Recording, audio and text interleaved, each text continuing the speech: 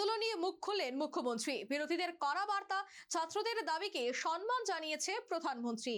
দাবি মুখ্যমন্ত্রী মানিক সাহার। শুধু তাই নয়, অসমের বন্যায় প্রয়োজনে ত্রাণ পাঠাবে ত্রিপুরা, সে বলে মানবিক বার্তা দিলেন মুখ্যমন্ত্রী।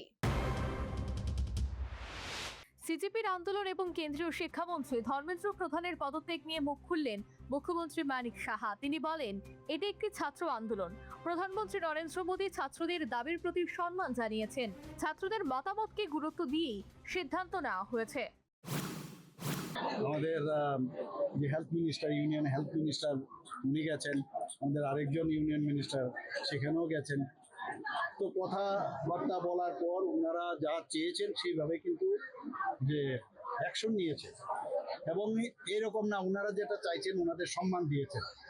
ধর্মেন্দ্র প্রধান উনি তো আর এটা করেননি, এটার অনেক বিষয় আছে, কিন্তু ওনাদের স্টুডেন্টরা বলছে যে না আমাদের এটা করতে হবে, তো সম্মান দিয়েছেন।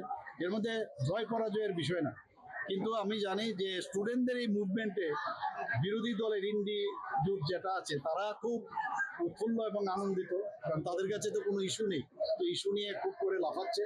আমি বলবো ছাত্রদের আন্দোলন একটা, আর যারা বিরোধী দলের তাদের আন্দোলন আর কাজেই মাননীয় প্রধানমন্ত্রীজিকে আমি ধন্যবাদ দেব যে অ্যাটলিস্ট স্টুডেন্টদের যে ইচ্ছা সেই ইচ্ছা পূরণ করেছে এবং অ্যাকাউন্টেবিলিটি রয়েছে মাননীয় প্রধানমন্ত্রী। কার্যত বিরোধীদের সমালোচনা করে মুখ্যমন্ত্রী বলেন, বিরোধীদের কাছে এখন কোনো ইস্যু নেই, তাই তারা ছাত্র আন্দোলনকে নিজেদের রাজনৈতিক আন্দোলন হিসেবে দেখানোর চেষ্টা করছে। মানুষ সবকিছু বুঝতে পারছেন। তিনি আরো বলেন, সরকার সবসময় গণতান্ত্রিক পরিবেশে ছাত্রদের কথা শুনতে বিশ্বাসী। গঠনমূলক দাবির প্রতি সরকার ইতিবাচক মনোভাব নিয়ে এগোয়।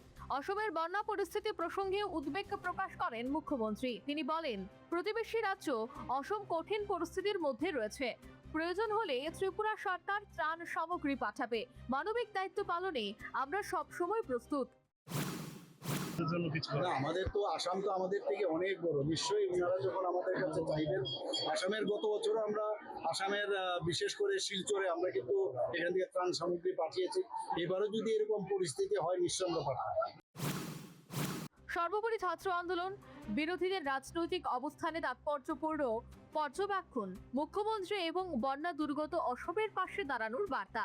আক্ষরিক অর্থে সিজিপি আন্দোলন নিয়ে মুখ খুললেন মুখ্যমন্ত্রী। বিরোধীদের কড়া বার্তা, ছাত্রদের দাবিকে সম্মান জানিয়েছেন প্রধানমন্ত্রী। দাবি মুখ্যমন্ত্রী মানিক সাহার। Bureau report, news vanguard.